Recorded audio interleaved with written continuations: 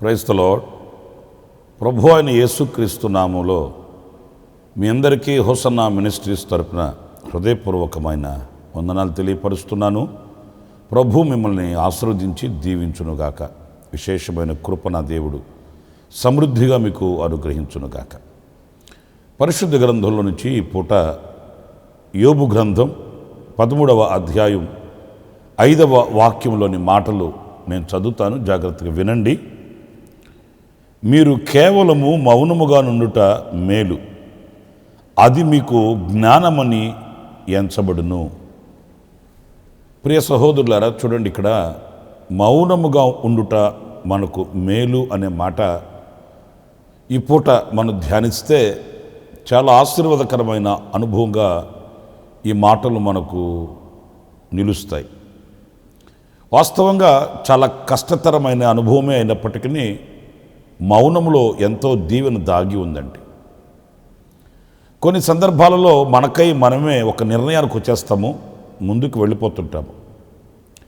కానీ యోచించి ఆలోచించి జ్ఞానంతో వివేకంతో అడుగులు వేసి కాస్త మౌనముగా ఉండవలసిన సందర్భాలలో ఆ మౌన స్థితిని గనక మనం అనుభవించగలిగితే, ప్రత్యక్షపరచగలిగితే ఎంతో మన ఊహకు మించిన ఘన కార్యాలు, గొప్ప కార్యాలు అందులో మనం అనుభవించగలుగుతామండి. కానీ మనం కొన్ని సందర్భాలలో ఉద్రేకాలకు పాల్పడి అనవసరమైనటువంటి కార్యక్రమాలలో తనమనుకలై మనం దైవ దీవెనకు మనం దూరం కూడా అయిపోతూ ఉంటాము. అందుకే ఈ గ్రంథంలో ఈ మాటలు మనం చదివినప్పుడు మౌనముగా ఉండుట యోబు జీవితంలో కూడా మరి ఆయన ఊరికనే మాట వరకు వ్రాయడం కాదు, కానీ లేకపోతే ఏదో ఒక సూక్తి చెప్పాలి అని కాదు, కానీ ఆయన అనుభవించి ఆ మౌనములో ఉన్న విజయాన్ని చవిచూచిన వ్యక్తి దైవజనుడైన యోబు. ఎన్ని ఇబ్బందులు, ఇక్కట్లు, కష్ట నష్టాలు అతనికి కలిగినప్పటికీ కూడా ఆయన ఎప్పుడు తన ఉద్రేకానికి పాల్పడి దేవునికి దూరమైన వాడు కాదు. మౌనములో ఉన్న ఆశీర్వాదానికి ఆయన పాత్రుడయ్యాడు అనేది మనం చాలాసార్లు లేఖనాల్లో మనం చదువుతూ ఉంటాము. ఇక్కడ మరొక మాట కూడా నేను మీకు జ్ఞాపకం చేయాలి. 37వ కీర్తన 7వ చరణంలో మనం చదివినప్పుడు, యెహోవా ఎదుట మౌనముగా నుండి ఆయన కొరకు కనిపెట్టుకొనుము, తన మార్గమున వర్ధిల్లు వాని చూచి వ్యసనపడకుము, దురాలోచనలు నెరవేర్చుకుని వాని చూచి వ్యసనపడకుము. చూడండి, ఇక్కడ మనకు ఒక చక్కటి ఆజ్ఞ వంటి మాట ఏంటంటే, యెహోవా ఎదుట మౌనముగా ఉండి ఆయన కొరకు కనిపెట్టుకొనుము. మౌనంగా ఉండడం అనంటే ఆయన కొరకు కనిపెట్టుకొని ఉండడం, ఆయన తీర్పు కొరకు కనిపెట్టుకొని ఉండడం, ఆయన ఆలోచన కొరకు కనిపెట్టుకొని ఉండడం, ఆయన రాక కొరకు వేచి చూడడం అనేది చాలా దివ్యమైనటువంటి అనుభవం అండి. వీళ్ళరా, మనం వాళ్ళని వీళ్ళను చూసి వ్యసనపడకూడదని వాక్యం చెబుతుంది. వాళ్ళని వీళ్ళతో మనం పోల్చుకోకూడదని దేవుని వాక్యం చెబుతుంది. మనకున్న చెడ్డ అలవాటు ఏంటంటే, మనం ఎవరు కనబడితే వాళ్ళతో పోల్చుకుంటాం. నాకంటే వాళ్ళు బెటర్ కదా, నాకంటే వీళ్ళు ఉత్తమం కదా, నాకంటే వీళ్ళు మేలు కదా. ఇలా దేవుడు మనకిచ్చిన వాటిల్లో మనం చూచి దేవుని కొరకు కనిపెట్టుకొని ఉండలేము. మనం అందరితో పోల్చుకుంటాం. వీళ్ళు నాకంటే గొప్పవాళ్ళు అయిపోయారని, వీళ్ళు నాకంటే ఐశ్వర్యవంతులైపోయారని, వీళ్ళు నాకంటే ముందడుగు వేస్తున్నారని. కానీ దేవుడు మనకు ఎంత స్థితిని ఇచ్చి ఉన్నాడు, దేవుడు ఎలా మనల్ని సురక్షితంగా కాపాడుతున్నాడు, ఎలా సురక్షితమైన జీవితాన్ని ప్రభు మనకు ప్రసాదించాడు, ఇవన్నీ మనం గుర్తించాలి. మనం ఏదైనప్పటికీ కూడా మనకు న్యాయం చేయగలిగిన, మన పక్షాన నిలవగలిగిన, మనకు తోడు నీడగా ఉండగలిగిన ఆయన కొరకు కనిపెట్టుకొని ఉండాలనే కానీ మనం ఎదుటి వాళ్ళతో సమానంగా మనం ఎంచుకోకూడదండి. ఎందుకంటే ఈ లోకములో లేని ధన్యత ప్రభు మనకు అనుగ్రహించాడు. ఈ లోకస్తులకు లేని భాగ్యాన్ని ప్రభు మనకు అనుగ్రహించాడు అన్నప్పుడు మన మనస్సు, మన దృష్టి ఎప్పుడు అటు ఇటు వెళ్ళకూడదు, అటు ఇటు చూడకూడదు అనేది ఈ వాక్యం మనకు నేర్పుతున్న సత్యం అండి. ప్రియులారా, ఆసాబు కూడా చూడండి, భక్తిహీనుల క్షేమాన్ని చూసినప్పుడు తన భక్తిలో ఆయన సన్నగిల్లిపోయాడు. దేవుని మీద ఆయనకున్నటువంటి దృష్టిని కోల్పోయాడు. మనసు వికారమైపోయింది. ఆయన మాటల్లో మనం చదివితే, నేను పశుప్రాయుడనైపోయాను, మృగము వంటి వాడనైపోయానని ఆయన పశ్చాత్తాపడ్డాడు. అసలు ఎందుకు ఆ స్థితికి దిగజారిపోయాడంటే, ఎదుటివారిని చూసినప్పుడు, ఎదుటివాని యొక్క క్షేమాన్ని తనతో పోల్చుకున్నప్పుడు. ఏమండి, వాక్యం ఏమంటుంది? ఇశ్రాయేలు, నీ భాగ్యం ఎంత గొప్పది, నిన్ను పోలినవాడు ఎవడు? యెహోవా రక్షించిన నిన్ను పోలినవాడు ఎవడయ్యా?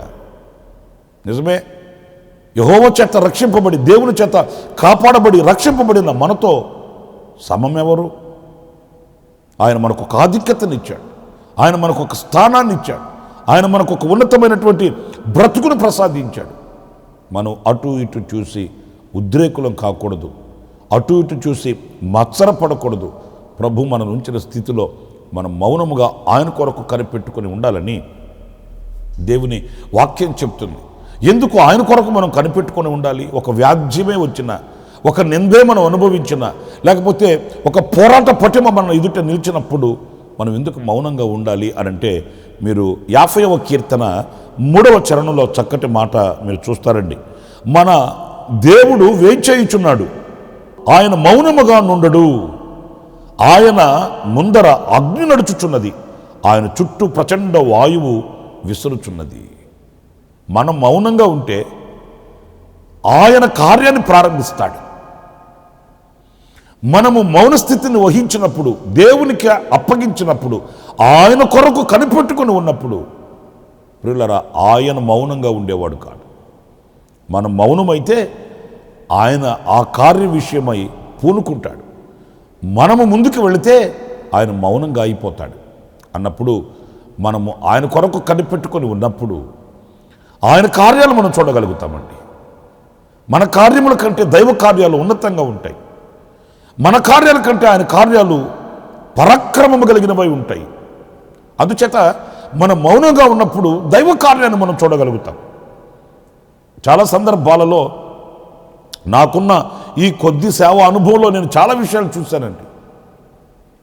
ఒకవేళ మనం ఓర్చుకొని అనేక పాఠాలు నేర్చుకొని మౌనంగా నిలిచిపోయిన ఆ విషయంలో దేవుడు మౌనంగా ఉండేవాడు కాదు, ఆయన కార్యాలు ప్రారంభిస్తాడు. ఆనాడు ఆ గొప్ప కార్యాలు చూసిన అనుభవాలు నాకు ఎన్నో ఉన్నాయండి. మనం మౌనమై ఆయనకు అప్పగించుకొని ఆయన కొరకు కనిపెట్టుకొని ఉన్నప్పుడు ఆయన రంగంలోకి దిగుతాడు. ఆయన తీర్పు వేరుగా ఉంటుందండి. ఆయన ఇచ్చే ఆ యొక్క జడ్జిమెంట్ ప్రత్యేకంగా ఉంటుందండి. న్యాయ తీర్పు వేరుగా ఉంటుందండి. ఆ గొప్ప కార్యాలు మనం చూడాలంటే మనం మౌనంగా ప్రభువుకు అప్పగించాలి, ప్రభు చేతికి అప్పగించాలి, ఆయన కొరకు కనిపెట్టుకొని చూడాలి. మనకున్న ఆధారం ఆయనేనని ప్రత్యక్షపరచాలి. చూడండి, ఇంకొక మాట కూడా యెషయా గ్రంథం 62వ అధ్యాయం 1వ వాక్యంలో చదువుతాం ఒక మాటని. సియోను నీతి సూర్యకాంతి వలె కనబడే వరకు, దాని రక్షణ దీపము వలె వెలుగుచుండు వరకు సియోను పక్షమందు నేను మౌనముగా నుండను, యెరూషలేము పక్షమందు నేను ఊరకుండను. ప్రభు చెప్తానండి మాటలు.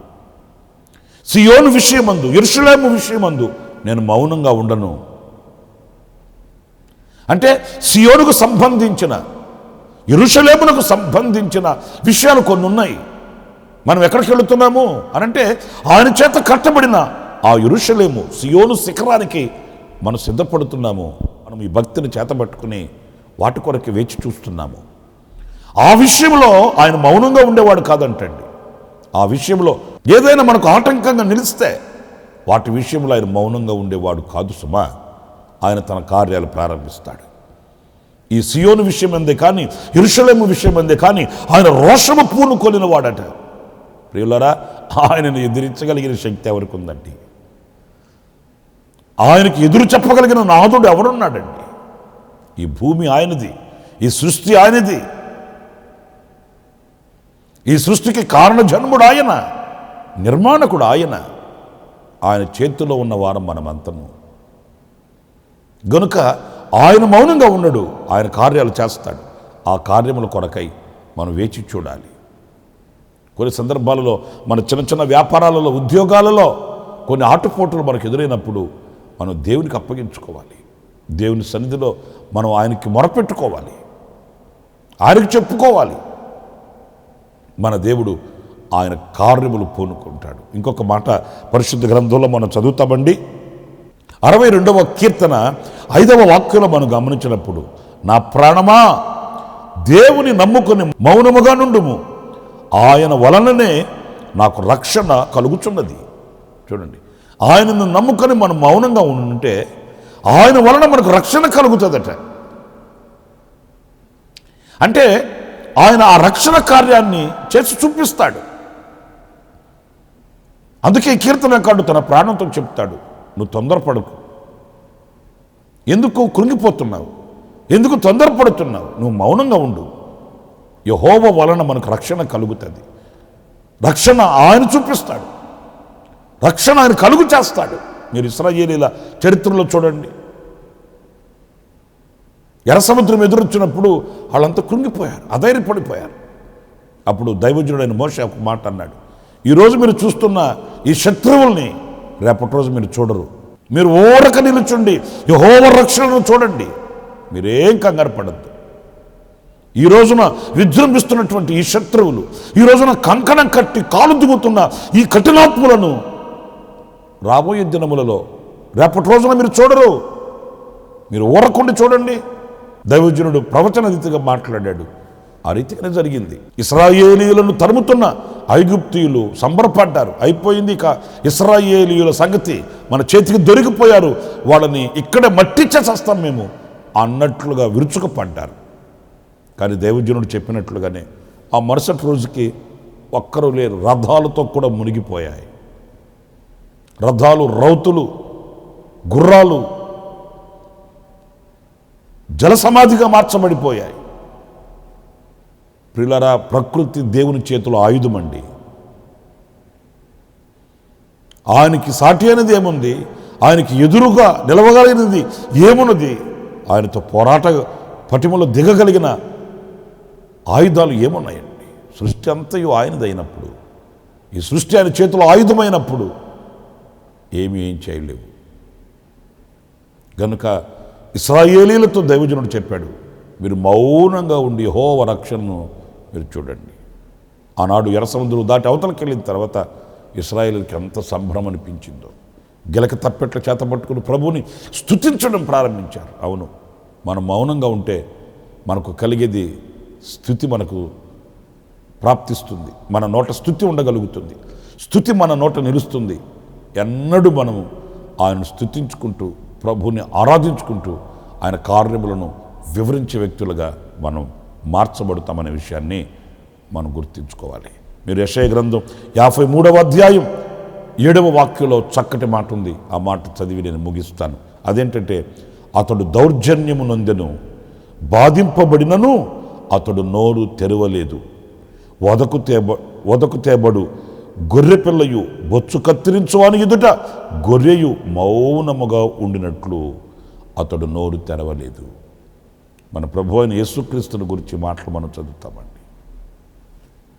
అతడు దౌర్జన్యము నొందిన వాడై ఆయన బాధింపబడి ఆయన నోరు తెరవలేదంటండి.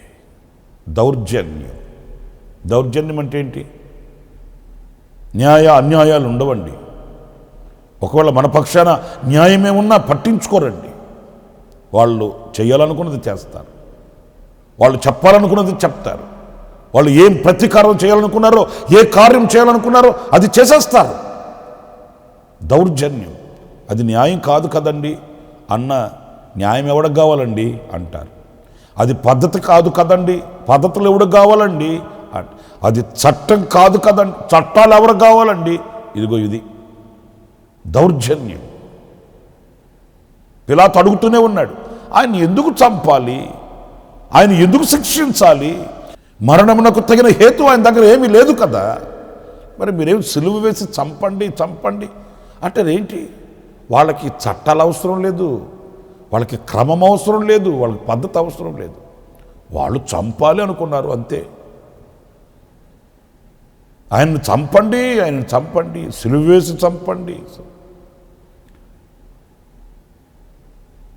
మరి ఆ స్థానమందు నిలిచి ఉన్న పిలాతు కూడా యేసయ్యలో అన్యాయం ఏమీ లేకపోయినప్పటికీ వాళ్ళు వేసే ఆ కేకలకు ఆయన చేతులు కడుక్కున్నాడండి. అయినప్పటికీ ప్రియులారా, వాక్యం ఏం చెప్తుంది? ఆయన నోరు తెరవలేదు. అందుకే ఒక్క మాట నేను మీతో చెప్తాను, సమాధి, మరణం యేసయ్య ఎదుట నిలబడలేకపోయాయి. సమాధి గుండె చీల్చాడు యేసయ్య. మృత్యుపు ఒడిలో నుంచి లేచాడు యేసయ్య. పునరుద్ధానుడై ప్రత్యక్షమయ్యాడు యేసయ్య. మరణపు ముళ్ళు విరిగిపోయింది. సమాధి సంఖ్యలు తెగిపోయాయి. శత్రువు గుండెల్లో సింహ స్వప్నమై నిద్రపోయాడు. ఆ పునరుద్ధానపు శక్తి యేసయ్యను ఆవరించడంలో గల కారణం ఏంటంటే ఆయన మౌనముతో విజయాన్ని చూచినవాడు, ప్రపంచాన్ని గెలిచినవాడు. మౌనం ఎంత కార్యం చేస్తుందో చూడండి. ఓర్చుకుంటే, మౌనంగా నిలిచి ప్రభు కొరకు కనిపెట్టుకుంటే ఎన్ని ఘనకార్యాలు చూడగలుగుతామో చూడండి. గనుక మనము కూడా ప్రభువుకు అప్పగించుకొని ప్రతి విషయంలో ఆయన చిత్తానికి సమర్పించుకొని ప్రభు కొరకు కనిపెట్టి గొప్ప కార్యములు చూచువారం అవుదుముగాక. దేవుడు అలాంటి కృప మనందరికీ అనుగ్రహించునుగాక. జీవాధిపతి అయిన ప్రభువా మీకు వందనాలు నాయనా. మౌనములో ఉన్న ఆశీర్వాదం ఏంటో, మౌనములో ఉన్నటువంటి దీవెన ఏంటో, విజయం ఏంటో మేము గ్రహిస్తూ వచ్చాము. అలాంటి కృప మాకు మీరు అనుగ్రహించండి. మీరు కూడా మౌనముగా నిలిచి మరణాన్ని గెలిచారు, సమాధిని జయించారు. పునరుద్ధారపు శక్తితో ప్రభువు మీరు లేచి లోకానికి కనిపించారు. మీరు మౌనముగా ఉన్నారు. మాలో కూడా ఇలాంటి సుగుణములను మేము అలవర్చుకోవడానికి సహాయం చేయండి. మమ్మల్ని మీకు అప్పగించుకుంటున్నాము. మీరు మా పక్షమందు ఉన్నారు నాయన. మీరు మౌనముగా ఉండే దేవుడవు కాదు. మేము మౌనంగా ఉన్నప్పటికీ మీరు మౌనముగా ఉండే దేవుడవు కాదు. ఆ విషయంలో మీరు వ్యాజ్యమాడుతారు. ఆ విషయంలో మీరు ముందుకు వస్తారు. మీ కార్యములు మాకు చూపిస్తారు. ఈ నిరీక్షణతో మేము ముందుకు సాగుతున్నాము. మీ తోడు నీడ మాకు నిత్యం ఉంచి మమ్మల్ని చేపట్టి నడిపించి మహిమ తెచ్చుకున్నామని మమ్మల్ని మీ చేతులు సమర్పించుకుంటూ యేసు నామములో ప్రార్థించి వేడుకొనుచున్నాను తండ్రి. ఆమేన్. ప్రభు మిమ్మల్ని ఆశీర్వదించి దీవించునుగాక. విశేషమైన కృప నా దేవుడు మీకు సమృద్ధిగా అనుగ్రహించునుగాక. ఆమేన్. ప్రతి దినము ఈ అనుదిన కృపాను సందేశాల కొరకు ఇంకా మరిన్ని ఆత్మ సంబంధమైన సందేశాల కొరకు ఈ మా యూట్యూబ్ ఛానల్ ని సబ్స్క్రైబ్ చేసుకోండి. Pastor Ramesh ministries.